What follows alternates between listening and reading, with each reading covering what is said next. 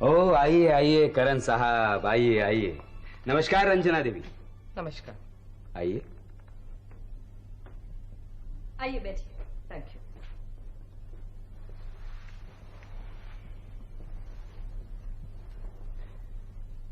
तो कहिए करण साहब, क्या लेंगे आप?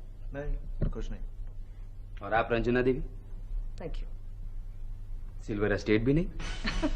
Your friend has a good sense of humor. I know, he always had.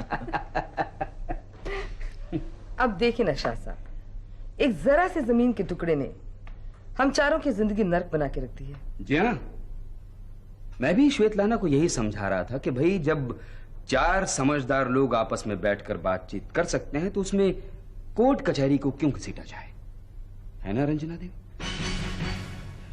फरमाइए करण साहब, क्या प्रपोजल है आपका जिसका जिक्र वो बंसल कर रहा था?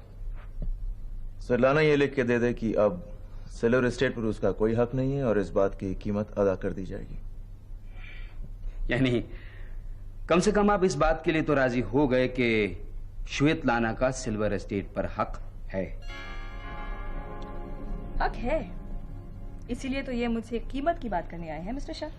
कीमत बल्कि हम सिर्फ इसलिए दे रहे हैं ताकि तुम्हें आगे जाके कोई तकलीफ ना हो। और मेरी पिछली तकलीफों की कीमत रंजना देवी?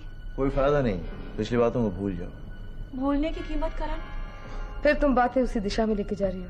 बात हमेशा उसी दिशा में थी रंजना देवी, और हमेशा रहेगी। नहीं स्वेतलाना, तुम चाहती क्या हो?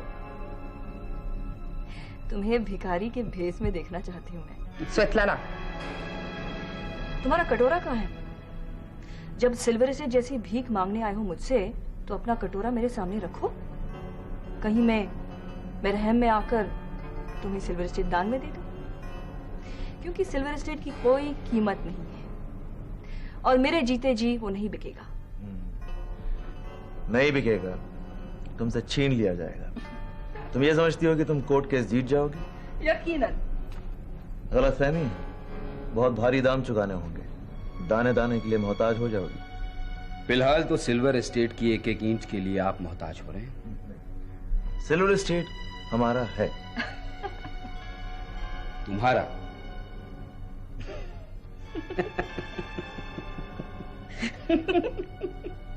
ये स्कूल कॉलेज के सर्टिफिकेट या राशन कार्ड पर असल बाप का नाम कटवा कर केशव मल्होत्रा का नाम लिखवा लिया आपने, जो आप इस तरह से। Shut up. Just shut up. Ranjana देवी, इनके बाप ने इनके लिए सिल्वर एस्टेट नुमा कोई मकान नहीं छोड़ा जो वहां जाकर ये मोर्चा लगाएं? देखिए, सिल्वर एस्टेट के बारे में हमसे बात करने का हक सिर्फ ऋषभ मल्होत्रा को है। वैसे हम तुमसे सिल्वर एस्टेट की बातें करें क्यों? क्या कानूनी रिश्ता था इसका और केशव मल्होत्रा का?